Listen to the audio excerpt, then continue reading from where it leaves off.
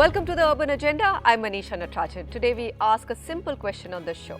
Where are India's affordable homes? And this question is increasingly important because home prices and rents both have clocked a substantial surge post-COVID. So much so that young people at the start of their careers and lower-income families living in cities are left wondering if they will ever be able to afford a home. We are talking of residential units priced below 40 lakh rupees. Where are these and who's building them? Before we kick off the debate, take a look at some of the statistics of a shrinking pie of affordable apartments from a comprehensive annual report published by Anarock.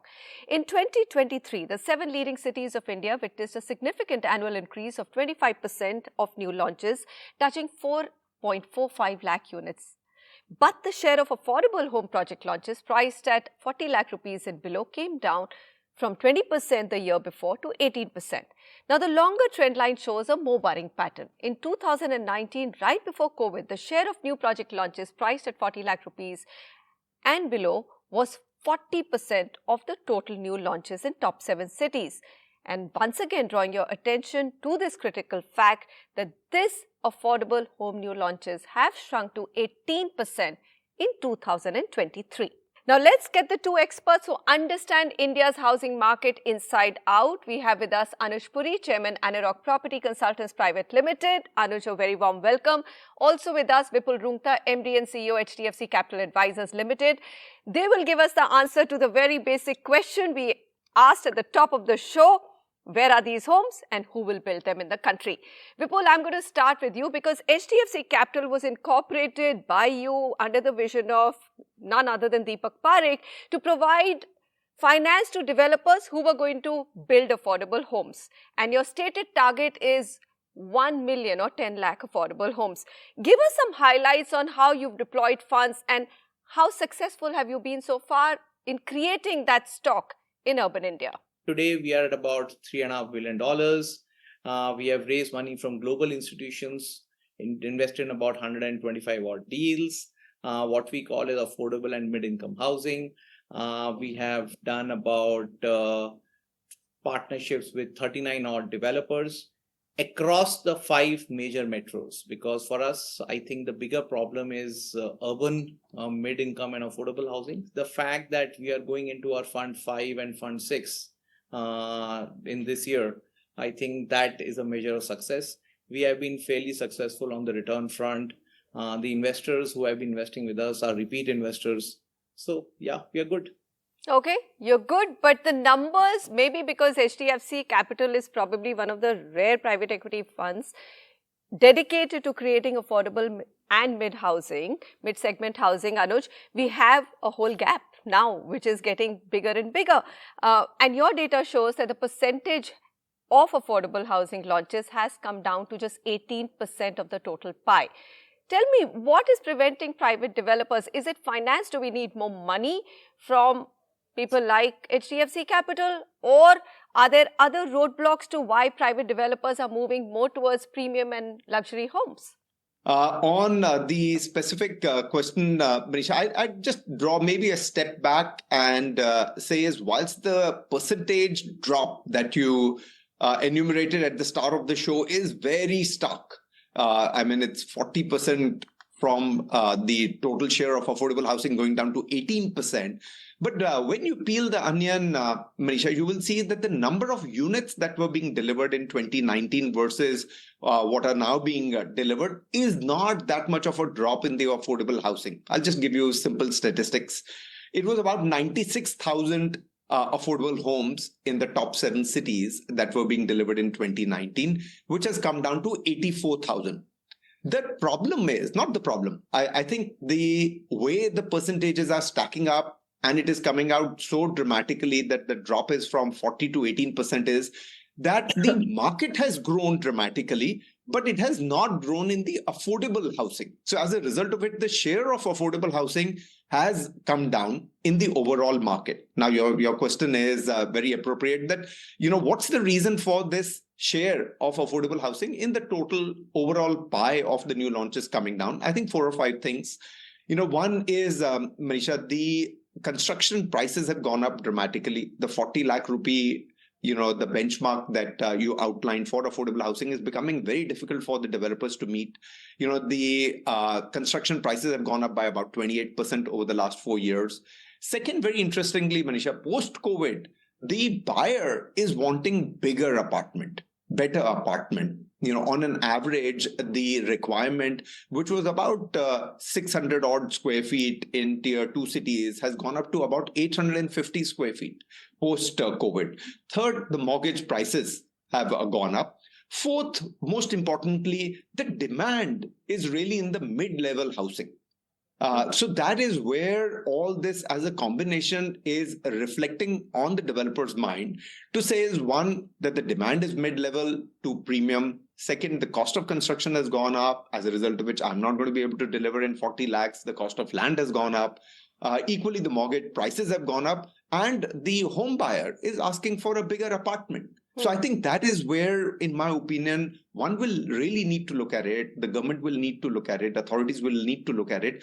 Can we change the definition of affordable housing? Because that is what is deemed as required over the last 6-7 years, that the definition has remained stagnant. Are you saying, Anuj, that it's really the supply has been stagnant, which is, of course, also a cause of worry? Because, if the pie is growing, you should Correct. have a growing pie of affordable home supply as well.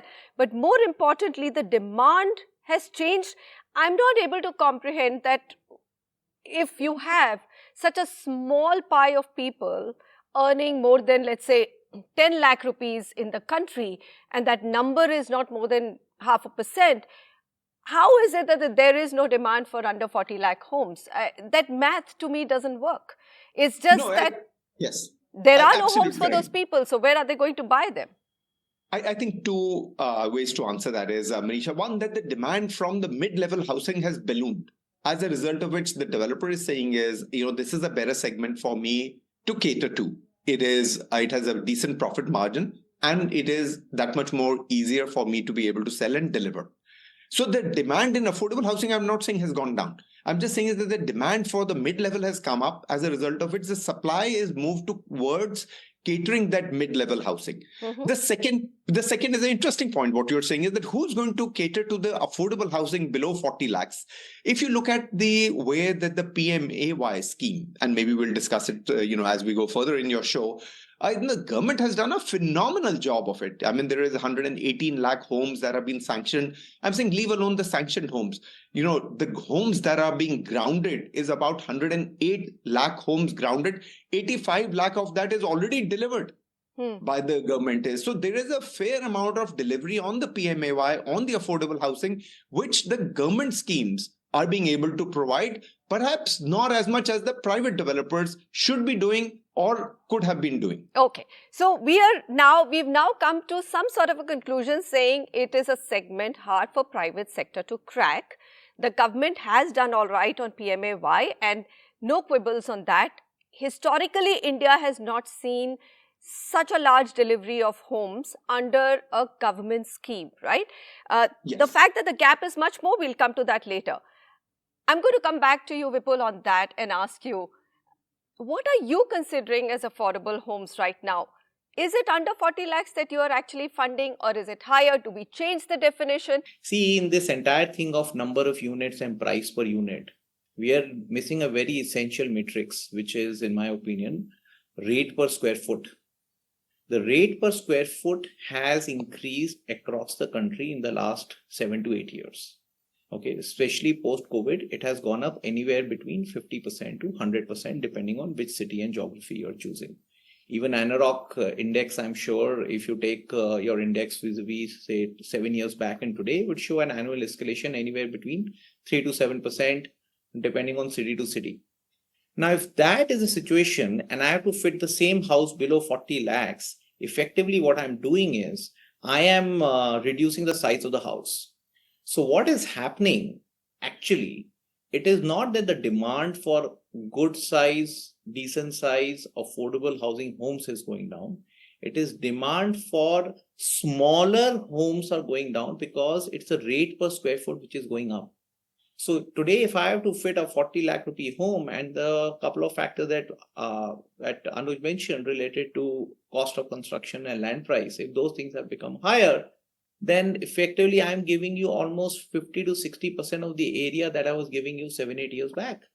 Now, if that is a situation, either I increase the price, so then that house no longer becomes affordable definition. So it goes into a definition of mid-income housing. And if I have to give it smaller, the customer preferences, listen, I cannot afford to have a 40 lakh rupee home, which is probably a one-room kitchen. And that is where the problem of urban affordable housing lies. The problem is related to the fact that the homes that are being given because of the inflation on account of land and construction cost, etc., have become significantly smaller than what is required to have a basic dwelling unit. And which is why the units demands have gone down. It is not to be confused the fact that there are not enough takers for a decent size 40 lakh rupee home. That's, I think, is in a nutshell the primary issue with the so-called lack of supply of affordable housing currently. Somewhere I do want an answer to the question that is this a segment for private sector at all, looking at the way the cost of finance, land rates, etc. are moving in the country? Manisha, it is for the private sector if your land prices are checked or controlled. Maybe new infrastructure that is coming in does bring in more reasonableness in the land prices. The other way is, Manisha, if the government can earmark and say this land is going to be only for affordable housing. For example, Manisha, salt pan in Bombay. Now, the thought is that these will be opened up for development. Is there a possibility that the state government says, we will auction these salt pans, you can develop, but it is only going to be for affordable housing? And if you do that, maybe there is a possibility that you can build up affordable housing because the land price then accordingly will be priced by the developers at a particular level. So that's the first thing. The second one is, Manisha, the private developers also have to look inside to say can we bring in more technological advancement? Can we bring in more mechanization? Can we deliver this quicker? Can we deliver this more economical? Can we bring in more efficiency? That's the second one. The third one, maybe it doesn't answer your question, but I will still say, is that perhaps the affordable housing definition may need to be relooked at. And to say instead of 40 lakhs, should we do 60 lakhs? That 40 lakhs through the inflation has remained 40 lakhs for the last 6, 7, 8 years. Whilst the inflation, from the government data, only you were to take 5-6%, like sure. Vipul said, is maybe on the real estate side, it's 7%. Over 5-6 years, it's 50-60% that needs to be added on the construction side if you do compounding. That itself will lend the 40 lakhs to go up to 60 or 70 lakh rupees. That's the third one. And the fourth one is, I do feel is that the fiscal benefits that were earlier provided and it had done the trick were withdrawn. Maybe you need to look at that once again. All right. So credit linked subsidy scheme. Hold that thought, Anuj. I'll come back and ask Vipul also that question, because I know that HDFC Capital is using a lot of technology to make that process efficient. So what I'm hearing is if you have efficiencies, private sector can do affordable housing. However, the very definition of affordable housing also needs to move up. Maybe the 40 lakh number isn't what we should be debating. Stay with us. We'll be back in just a minute.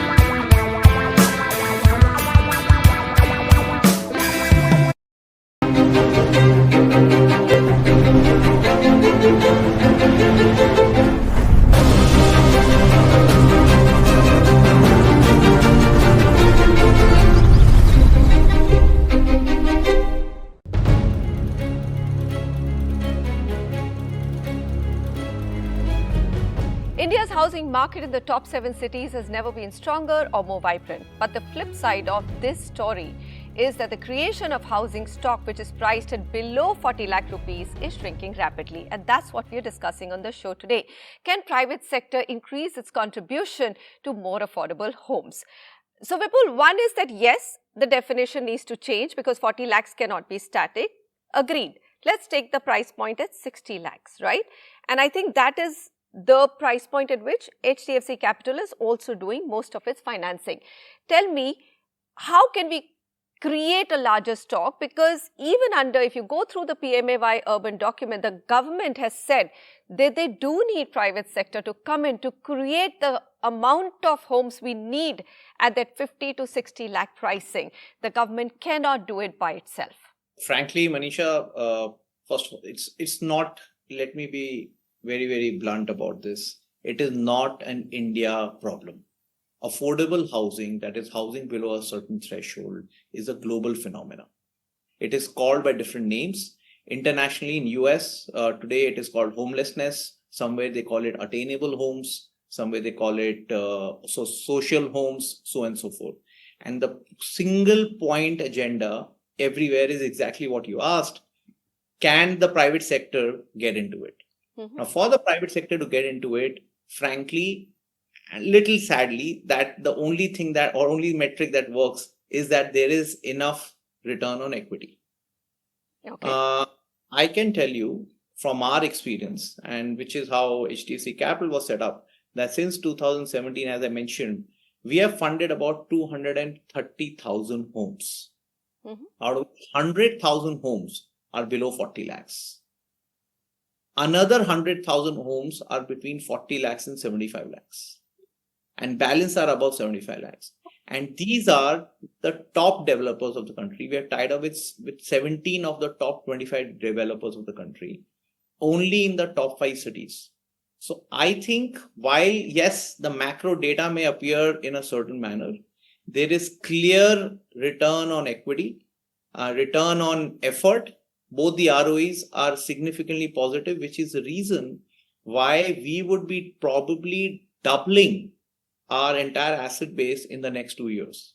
Okay. We have done more business in this year as we have done in previous 3 years combined.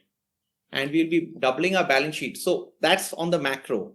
But to your question specifically, as to if the land cost is going high and if the construction cost is going high, where will the person go and build profitably a 40 lakh rupee home? It is exactly how a city grows. Like I can take an example of, say, the city of Bangalore. When the Bangalore airport was set up, it used to take almost 1.5 hours to reach the Bangalore airport. And the entire stretch between Bangalore and the airport was pretty much barren on both sides. And the rate per square foot and rate of units was at that point of time an affordable housing destination. Yeah. Enough and more people went into it. They did the projects. The area came up. The flyovers got built. An expressway got built. Today it takes maybe half an hour. I'm not getting into the traffic discussion on this, but it takes about half an hour. No. So what is happening? So what I'm hearing from you is a reiteration of the point that as your infrastructure strengthens, your cities are expanding, there will be new land parcels which can come up, which can make affordable housing possible. Anuj, final question. You know, whenever you read an article, there is this quibble amongst developers. We are taxed too much, 35 to 40% of our money goes in taxes. Our approval processes are too slow. Forget about land and construction cost. But if these things are taken care of, do you think it makes it a little bit more meatier? Because if there's no return on equity, there will only be one HDFC Capital, right? There are not too many people who are going to get into this business.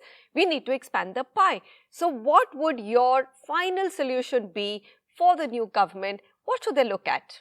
Other than extending CLSS scheme, that of course did work reasonably all right for homes at that 45-50 lakh rupees. So Manisha, it'll always be dil mange more.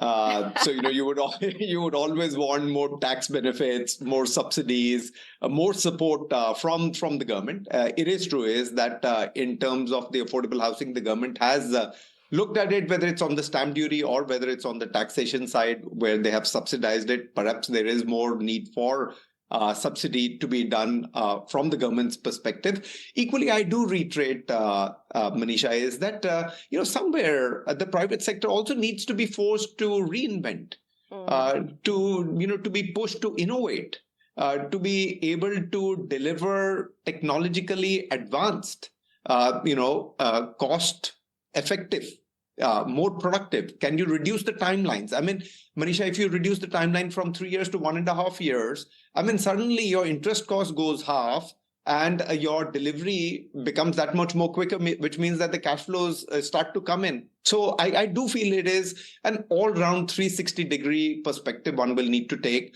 Easy to just push the envelope on one party, one stakeholder, which is the government, to say we want more. But equally, I do feel is that it is, for the private sector as well to say is, can we push ourselves and can we innovate? Absolutely. They need to get more efficient, make it more manufacturing, remove the inefficiencies, bring in technology. And ultimately, I don't think they'll be able to ignore this market. I mean, 85% of shortage does lie in that price bracket of 25 to 55 lakh rupees. Gentlemen, thank you very much for joining me today. And I hope we get it all right because, as India is growing, we truly don't want a shrinking pie of budget and affordable homes. We want a growing pie. Thanks to all of you for joining us and watching.